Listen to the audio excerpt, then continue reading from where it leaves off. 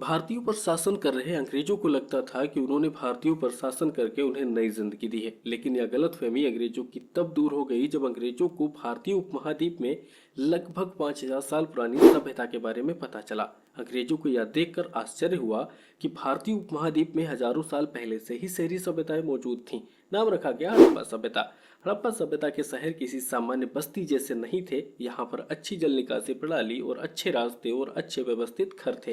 हड़प्पा सभ्यता इतनी व्यवस्थित थी कि इसमें बनी सड़कें एक दूसरे को समकोण पर काटती थीं।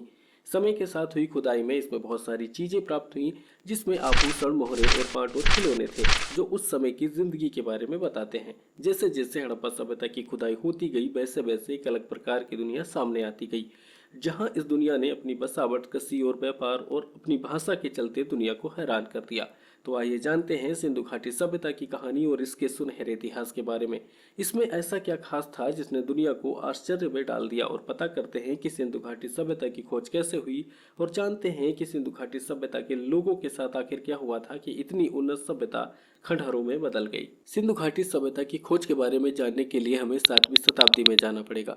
कहा जाता है कि 7वीं शताब्दी में पहली बार जब लोगों ने पंजाब में ईंटों के लिए खुदाई की, तब उन्हें वहां से बनी बनाई ईंटें मिली, जिसे लोगों ने भगवान का चमत्कार माना। उसके बाद लगभग 1826 में चार्ल्स मैनसन ने पहली बार इस पुरानी सभ्यता को खोजा और इसके बारे में लिखा, परंतु उन्हें नहीं पता था कि ये एक प्राचीन सभ्यता के अवशेष हैं। उसके बाद जब 1831 में अलेक्जेंडर वंश सिंधु नदी के रास्ते काबुल जा रहे थे, तो उस दौरान जब वे हड़प्पा सभ्यता के क्षेत्र के पास से गुजरे, तो उन्हें वहां प्राचीन ईंटों और खंडहरों के ढेर देखे और उसकी रिपोर्ट ब्रिटिश प्रशासन को दी। हालांकि इस समय उन्हें भी ये नहीं पता था कि यह दुनिया की सबसे प्राचीन सभ्यता के अवशेष हैं। उन्होंने बस इतना लिखा कि यहाँ बहुत पुराने खंडहर हैं, जिनकी ईंटें बहुत बड़ी और सख्त हैं। और फिर 1853 में एक महान उत्खननकर्ता और खोजी ब्रिटिश इंजीनियर अलेक्जेंडर कनिंघम का ध्यान एक हड़प्पाई मोहर पर गया, और फिर उन्होंने हड़प्पा स्थल का जाकर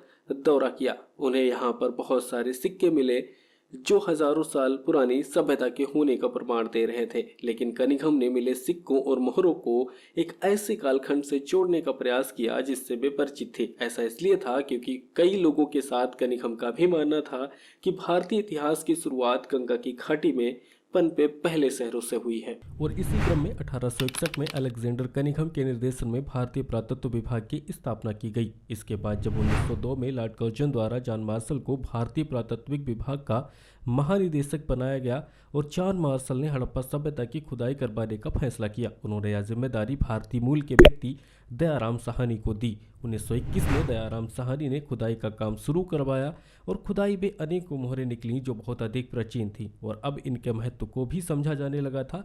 एक अन्य पुरातात्विक खोजकर्ता राखलदास बनर्जी ने एक अन्य शहर मोहनजोदारो को खोज निकाला। इससे यह पता लगा कि ये दोनों पुरास्थल एक ही समय के हैं। इन्हीं खोजों के आधार पर 1924 में भारतीय पुरातात्विक सर्वेक्षण के डायरेक्टर जनरल जॉन मार्शल ने पूरे विश्व के समक्ष सिंधु घाटी सभ्यता की खोज की घोषणा कर दी, जिससे पूरे विश्व में भारत में मिली हड़प्पा सभ्यता के बारे में बात होने लगी। यह पूरी की पूरी सभ्यता सिंधु नदी के किनारे पाई गई थी, इसीलिए इसे सिंधु घाटी सभ्यता का नाम दे दिया गया। सिंधु घाटी सभ्यता लगभग 5000 साल पुरानी मानी जाती है। तब से अब तक खोज जारी है। लगभग 100 सालों से सिंधु घाटी सभ्यता की खोज चलती आ रही है, जिसमें हमको अब तक 1400 साइटों के बारे में पता चला है, जिसमें से 925 साइट भारत में और 475 साइट पाकिस्तान में मौजूद हैं। और ये खोज आज भी जारी है। खोजे गए शहरों और साइटों पर ही रिसर्च के आधार पर इतिहासकारों को पता चला है कि सिंधु घाटी सभ्यता की शुरुआत कब और कैसे हुई थी। खोज से पता चला है कि एक समय में सिंधु घाटी सभ्यता में लगभग 50 लाख लोग रहते थे।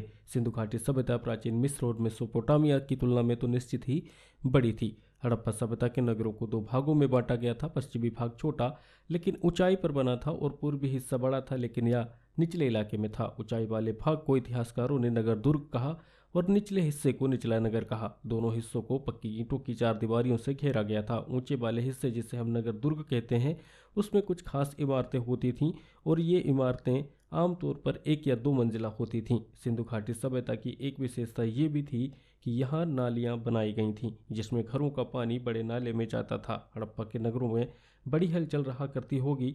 वहीं मोहनजोदारो में एक विशाल स्नानागार मिला है, जिसमें लोग अब विशेष अवसर पर स्नान करते होंगे। इससे हम यह अनुमान लगा सकते हैं कि उस समय हड़प्पा सभ्यता सबसे विकसित सभ्यता थी। हड़प्पा सभ्यता में किसी राजा या शासक के होने के प्रमाण नहीं मिले हैं। स्टडी के हिसाब से तब के लोग एक दूसरे के साथ मिलजुल कर रहते थे, ना कि उनके पास कोई आर्मी थी और ना ही उनके पास कोई हथियार थे। स्टडी के अनुसार इतिहासकारों को सिंधु घाटी सभ्यता में किसी टेम्पल के होने के तो सबूत नहीं मिले हैं, लेकिन पाई गई कुछ मोहरों से इंडस वैली सिविलाइजेशन के धार्मिक होने के कुछ अंदाजा लगाया जा सकता है।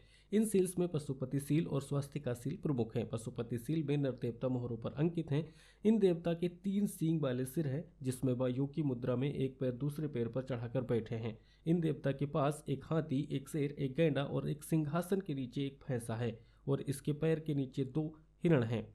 और भी कई सील मिली हैं, जिसमें पीपल के पेड़ भी मिले हैं। इससे यह अनुमान लगाया गया है कि सिंधु घाटी सभ्यता के लोग भगवान को पूजने के बजाय नेचर पर ज़्यादा ध्यान देते थे। सिंधु घाटी सभ्यता के लोग गहने भी पहनते थे। सिंधु घाटी सभ्यता के लोग कृषि पर निर्भर थे। यहाँ कई प्रकार के अनाज उगाए जाते थे। सिंधु घाटी सभ्यता के लोग विदेश से भी व्यापार करते थे। ये लोग व्यापार के लिए सील का इस्तेमाल करते थे। सिंधु घाटी सभ्यता के बारे में यूं तो इतिहासकारों को बहुत कुछ पता चला है, लेकिन कुछ ऐसी बातें हैं जिन्हें वे कभी सुलझा ना सके, जिसमें से एक है सिंधु घाटी सभ्यता की भाषा। सिंधु घाटी सभ्यता की अपनी खुद की भाषा थी। इतिहासकारों का मानना है कि सिंधु घाटी सभ्यता की भाषा को दाईं से बाईं ओर लिखा गया था। इस भाषा को पढ़ने के लिए इतिहासकार लगभग 100 सालों से प्रयास कर रहे हैं। रहस्य केवल सिंधु घाटी सभ्यता की भाषा का ही नहीं है, बल्कि रहस्य तो यह भी है कि जब यह सभ्यता इतनी उन्नत और विकसित थी तो इसका अंत कैसे हो गया। इसके बारे में इतिहासकारों के अलग अलग मत हैं। कुछ लोगों का कहना है कि बहुत तेजी से पर्यावरण बदलने और बाढ़ आने से लोगों ने शहरों को छोड़ा, तो कुछों का मानना है कि सिंधु घाटी सभ्यता के लोगों पर बाहरी आक्रमण हुआ था। फिलहाल हड़प्पा सभ्यता के अंत के बारे में आज तक कोई पक्का प्रमाण नहीं है कि इतनी उन्नत सभ्यता खंडहरों में कैसे बदल गई।